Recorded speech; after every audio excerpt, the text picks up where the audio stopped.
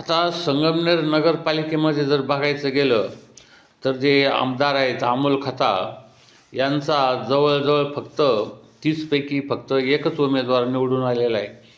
कारण लोकांच्यामध्ये जाऊन लोकांना अरे बाबा का रे बाबा व्यवस्थितपणे म्हणून लोकांचं म्हणणं ऐकून घेऊन आणि योग्य असे उमेदवार की जे लोक कार्यकर्ते करतील असे उभे केले तर लोक निवडून देतात. असा एक प्रश्न आहे. तोंड गोड तर जनता गोड.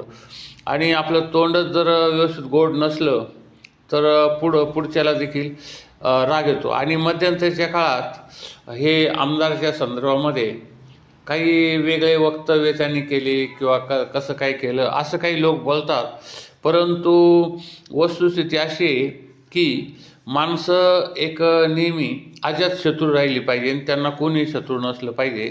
आणि राजकीय क्षेत्रामध्ये तर म्हणतात ना, डोक्यावर बर्फ ठेवायचं, तोंडामध्ये साखर ठेवायची आणि त्या पद्धतीने लोकांचे जे कारभार असेल कारभार असतील ते करायचं. तसं जर असलं तर झालं असतं.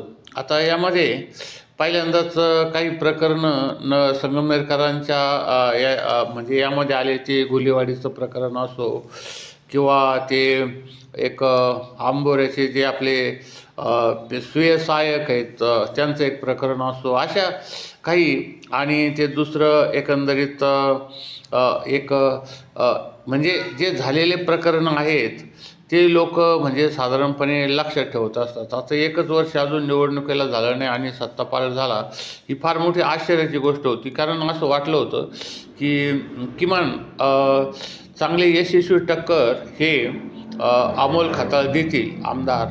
परंतु तसं काही घडलेलं नाही आहे. कारण येथे हे बाळासाहेब थोरात यांनी मात्र स्वतः काँग्रेस पक्षाचं नाव न घेता एक सेवा समिती स्थापन केली. आणि सेवा समिती स्थापन करून एक आपल्या पद्धतीचे लोक जे निवडून येतील किंवा जे व्यवस्थितरित्या लोकांच्या मनामध्ये आहेत अशा लोकांना दिलं जातं. आता एकूण 30 उमेदवारापैकी सेवा समितीचे 27 उमेदवार विजयी झाले. त्यानंतर 2 अपक्ष विजय मिळवला आणि एक शिंदे सेनेचा म्हणजे अमोल खताळ आमदार यांचा एकच उमेदवार उभा राहिला. आणि नगराध्यक्ष पदामध्ये सुद्धा जी निवडणुकीचं जे अंतर आहे ते साधारण एक तृतीयांश इतकेच मतं या खताळ यांना मिळाली आणि 2/3 ही मतं ह्या तांबे थोरात यांना मिळाली. आता त्यांची जी परंपरा आहे, त्यांचं वजन आहे आणि त्यांची जी पक्की मांड आहे असं म्हणा तुम्ही, या नगरपालिकेवर त्यांची सत्ता होती. त्यामुळं त्यांना तेथे सर्व प्रकारे खूप लोक ओळखत होते, लोकांचे जवळून संबंध होते. तशा पद्धतीचं हे अमोल खताळ नवीनच असल्यामुळं त्यांना ते एक चांगल्या प्रकारे लढत देता आली नाही असंच म्हणावं लागेल. आता मतमोजणीची जे झाले हे सत्यजित तांबे यांच्या पत्नी या प्रथमपासूनच आघाडीवर राहिलेल्या आहेत. आणि खताळ यांच्या भावजय सुवर्णा खताळ यांना मात्र एक पराभव पत्करावा लागला. आता यामध्ये एकूण खूप उमेदवार किती होते रिंगणात? 111. सेवा समितीचे 30 होते, शिंदे सेनेचे 14 होते, भारतीय जनता पक्षाचे 11 होते, अजित पवार गटाचे 9 होते आणि शरद पवार गटातून 1 आणि 46 अपक्ष असे निवडणूक लोक होते. पण आता असं काही हे घडलं नाही. परंतु काही ज्या विभाग झाला ते पहा.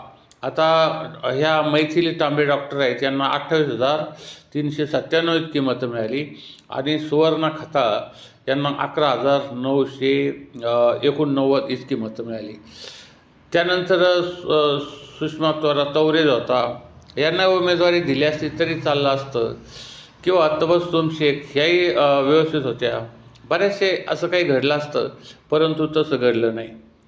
त्यानंतर सीमा खटाटे या प्रभाग 1मधून निवडून आल्यात 1,467 मतांनी. प्रभाग 2मध्ये दिलीप पुंड 1,400 59 मतांनी निवडून आले. प्रभाग क्रमांक 3 मध्ये भारत बोराडे 1424 मतांनी निवडून आले. प्रभाग 2 ब मध्ये अर्चना दिघे 1123 मतांनी निवडून आल्या. त्यानंतर प्रभाग 3 मध्ये सौरभ कासार 965 मतांनी निवडून आले.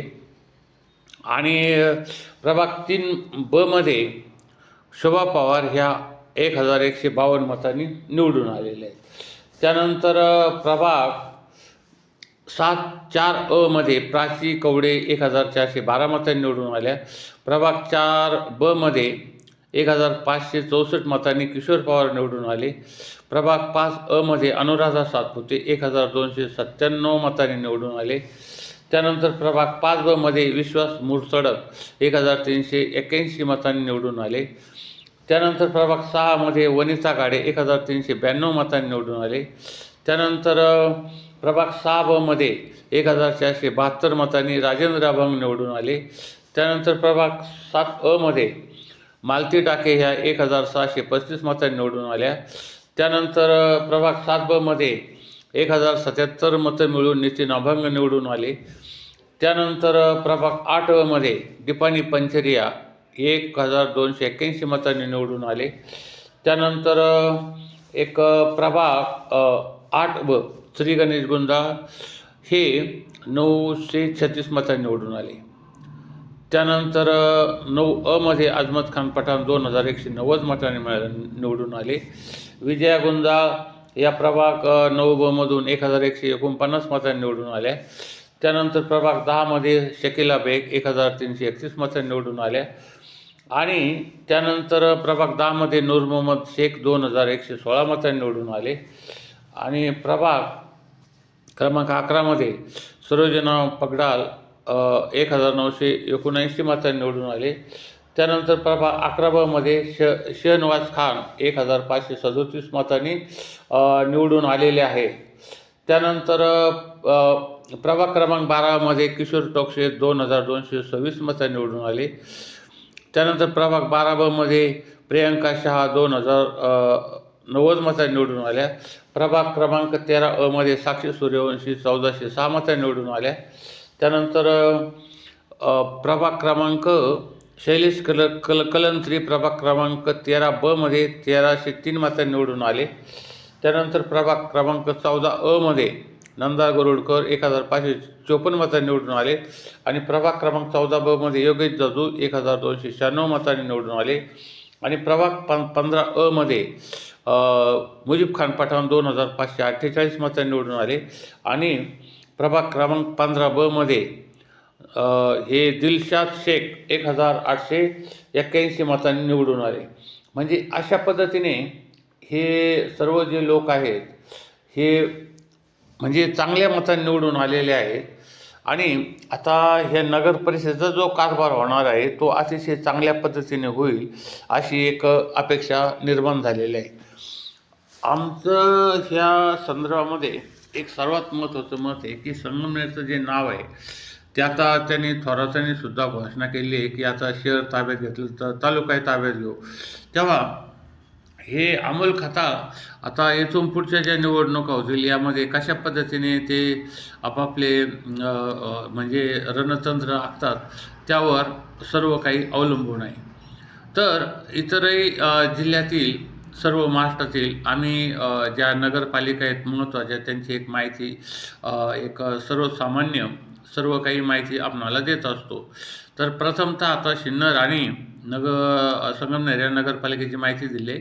इतरही नगरपालिकेची माहिती आम्ही या चॅनलच्या माध्यमातून आपणास देत राहू.